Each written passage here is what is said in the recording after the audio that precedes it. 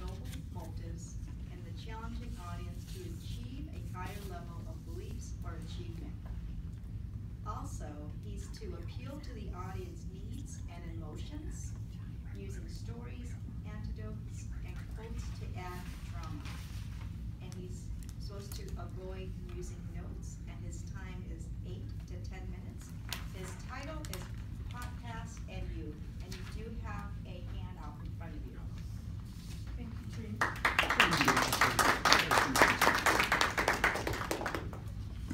Do you pod?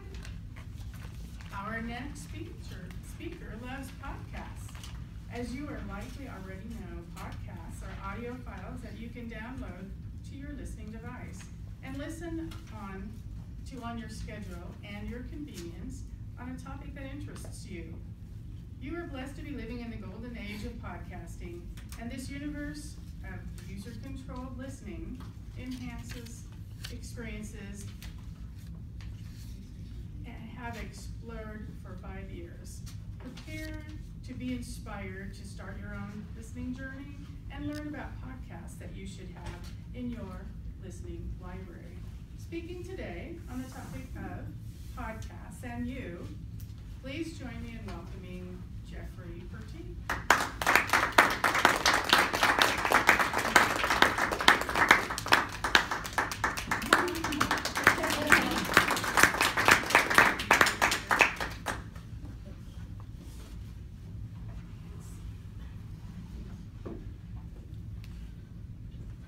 All the information in all the world, presented in an entertaining fashion, is available on podcasts. Now, who are my active podcast listeners today? Oh my gosh, are you in for a treat? You are going to learn about a technology that will change your life. First of all, how do you listen to podcasts? Well, the easiest way is on your smartphone. On the iPhone, it's easy. The podcast app is built into it. There's also another app I happen to use called Overcast. If you have an Android phone, now who has an Android phone in here? Okay, Michael, buy an iPhone. Okay, that's my first one.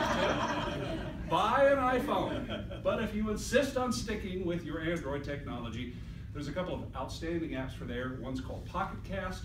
Another one is called Stitcher. Just get that app and start searching for your favorite podcasts. Speaking of which, I'm going to clue you in on some of my favorite podcasts and why you should be listening to podcasts, starting with one of my favorites, Crime Town. Now let me ask you a question.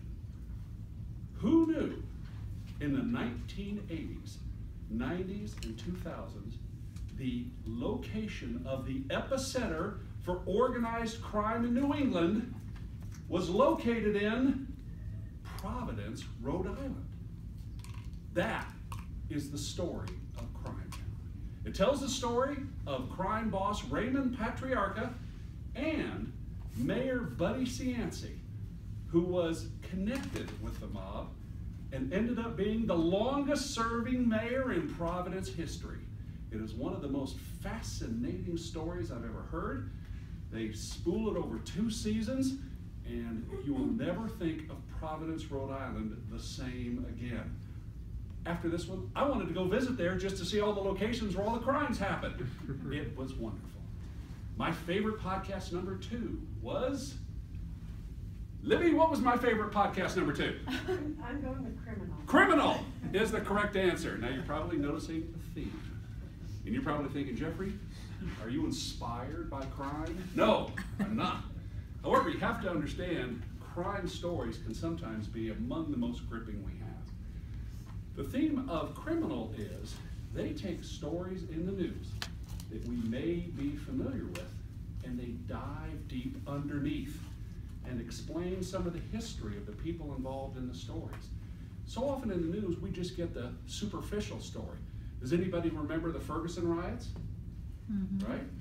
That's one of them they go into. They go into the history of the people involved, the history of race relations in the city, how this was not just an isolated incident, how this had been building up for years, a lot of the background that we just don't get in the daily news. So Criminal is a fabulous podcast. My first two have the theme of crime. We're going to change themes for just a little bit as soon as I am reminded by Janelle, what is my third favorite podcast? Planet Money. Planet Money. All right, this is geek heaven, folks. I'm an accountant by training and by practice, and so I'm a money guy. But money can be entertaining. Money can be fun.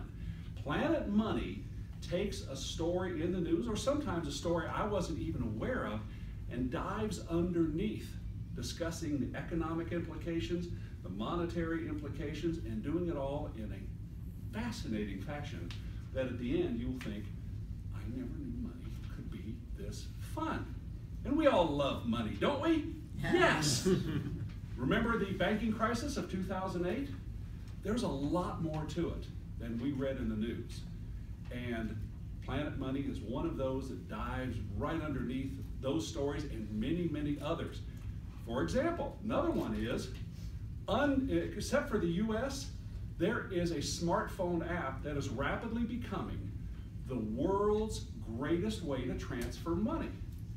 It's blocked in the US because, unlike what a lot of people believe, we're not always at the leading edge of technology because we have, let's just say we have a lot of commissions trying to protect themselves, like the banks that don't want the competition.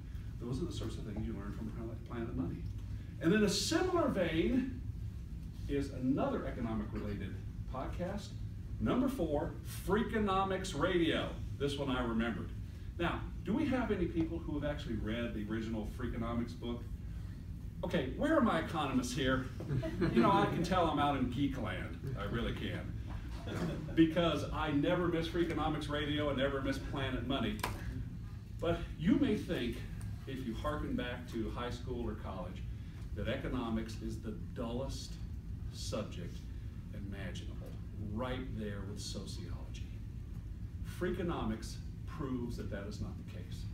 Freakonomics takes economic issues in the news, economic issues we're all familiar with, and dives deep and explains it in a fun, entertaining fashion.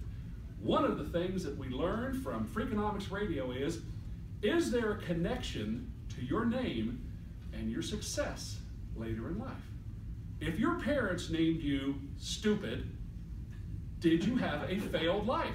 That's absolutely true. Some parents give their kids horrible names, and they actually look at birth records, trace them through, and see how successful people were based upon their name. Now let's change the topic a little bit. Let's have some fun. Do we have any movie fans? Any movie fans here? Okay, my number 5 favorite podcast is You Must Remember This. A kiss is still a kiss. Karina Longworth does a podcast that explores the golden age of movie making. All those great movies of the 30s and 40s and 50s, the MGM studios, the original Warner Brothers studios, the great stars, Humphrey Bogart, Marilyn Monroe, Joan Crawford, Betty Davis. If you are a movie fan, you have got to subscribe to You Must Remember This. It is one of the most fascinating movie podcasts ever.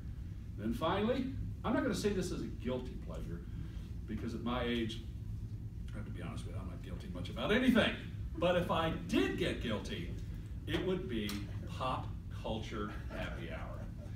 This is conducted by the fine folks at NPR, and every week they look at issues in the popular culture. Now it can be movies, it can be books, it can be radio, it can be songs, it can be anything in that pop culture realm. They do it in a fun, entertaining fashion. I sometimes get recommendations of movies to see that I otherwise was not planning to see from Pop Culture Happy Hour. So, I don't see the flashing orange card, so I know I'm in good shape. By the way, if I may, our good friend Michael Somps pointed out that he is far too polite to ever want to do this. Guess who designed this? You're looking at him, so I'm like the anti-Michael Somps. I'm the rude guy that designed that. If you have not explored podcasts, all kidding aside, it is so amazing. I've gotten to the point I never even listen to terrestrial radio anymore. I don't listen to satellite radio. I have podcasts going in my car. I have podcasts going when I exercise. Everything you could possibly want to learn or just be entertained by is available in your friendly neighborhood podcast. Madam Toastmaster.